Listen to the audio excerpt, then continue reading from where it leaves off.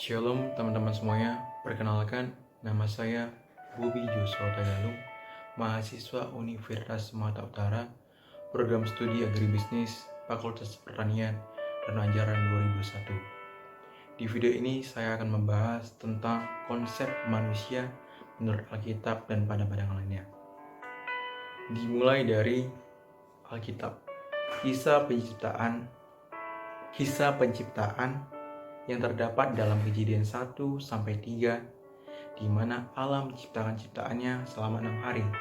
Dimulai dari terang, gelap, cakrawala, air, makhluk yang ada di air, udara, tumbuhan, serta juga manusia yang segambar dan serupa dengan Allah. Dalam Kejadian 1 ayat 26-27 dinyatakan bahwa manusia merupakan ciptaan Allah, bukan jelmaan sebagian dari diri Allah ataupun anak biologisnya. Manusia adalah hasil karyanya yang diciptakan secara unik, berbeda dengan ciptaan yang lain. Allah membentuk manusia dengan tangannya sendiri dan mengembuskan napas hidup ke dalam hidungnya. Maka dari itu manusia dibentuk menurut Allah.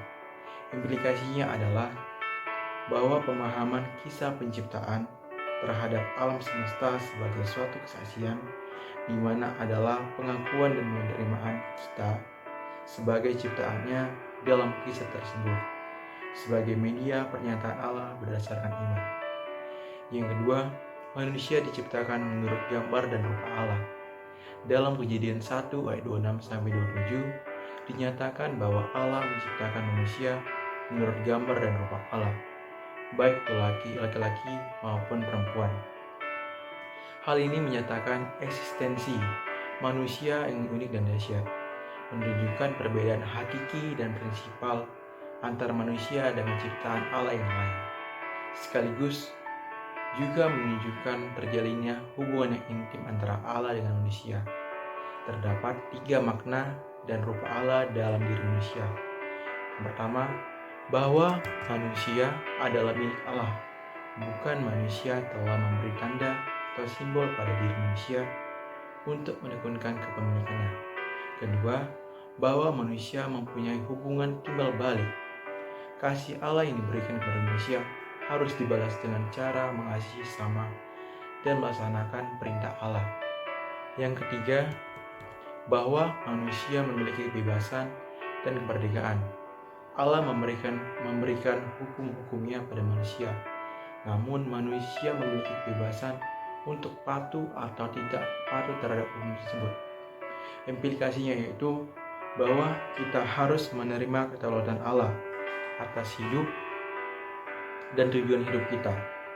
Di tengah peradaban modernisasi, globalisasi, dan perilaku kita harus sesuai dengan karakteristik Allah. Mengapa? Karena kita tahu bahwa peradaban globalisasi dan modernisasi ini banyak sekali dampaknya, baik dari yang positif maupun negatif. Maka dari itu, kita harus menjaga kekudusan Allah serta relasi yang baik dengannya dalam kehidupan kita. Yang ketiga, manusia adalah mandataris Allah. Manusia diciptakan sebagai mandataris Allah dalam Kejadian 1:28. Dikatakan bahwa manusia diberi kekuasaan atas alam semesta. Allah mempercayakan tugas kepada manusia untuk bertanggung jawab dan memperbanyak keturunan, memenuhi dan menaklukkan bumi, serta juga berkuasa atas ikan-ikan di laut, burung-burung di udara, dan binatang yang merayap di bumi. Dalam Kejadian 2 ayat 15 juga dikatakan bahwa Allah menempatkan manusia di Taman Eden untuk mengusahakan dan memelihara taman tersebut. Dengan kata lain, Allah memberi mandat kepada manusia untuk menguasakan dan memelihara alam semesta. Akan tetapi, Adam dan Hawa melanggar perintah Allah. Maka dari itu, mereka harus menerima konsekuensi dari hukum atas pelanggaran yang mereka perbuat. Yang keempat, manusia adalah makhluk sosial. Dalam Kejadian 2 ayat 18 menyatakan bahwa tidak baik bagi manusia untuk seorang diri saja, sehingga sehingga Allah menjadikan penolong bagi manusia yang sepadan dengannya. Sebelum Hawa diciptakan, telah banyak ciptaan Allah yang lain, seperti hewan dan juga tumbuhan, yang menemani Adam. Namun itu tidak sepadan dengannya. Maka Allah menciptakan Hawa untuk menemani Adam. Manusia merupakan makhluk sosial yang tidak dapat hidup sendiri. Manusia memerlukan makhluk lain hidup. Manusia memerlukan manusia lain untuk hidup dalam kehidupannya. Implikasi adalah kita harus mengasihi sama dan menolong karena kita adalah makhluk yang saling melengkapi. Selanjutnya, saya akan menjelaskan tentang konsep manusia menurut pandangan lain, yaitu menurut pandangan biologi. Secara biologi, proses pembentukan manusia dalam rahim berawal dari pertemuan antara sel sperma dan sel endometrium dengan tangan mahakarya Allah yang dahsyat yang tersembunyi menjadikan manusia sebagai makhluk hidup yang paling mulia dari semua makhluk-makhluk yang diciptakan oleh Allah dan sebagai wujud kemahadahsyatan karya Allah. Sebab engkaulah yang membentuk buah pinggangku, menenun aku dalam kandungan ibuku. Aku bersyukur kepadamu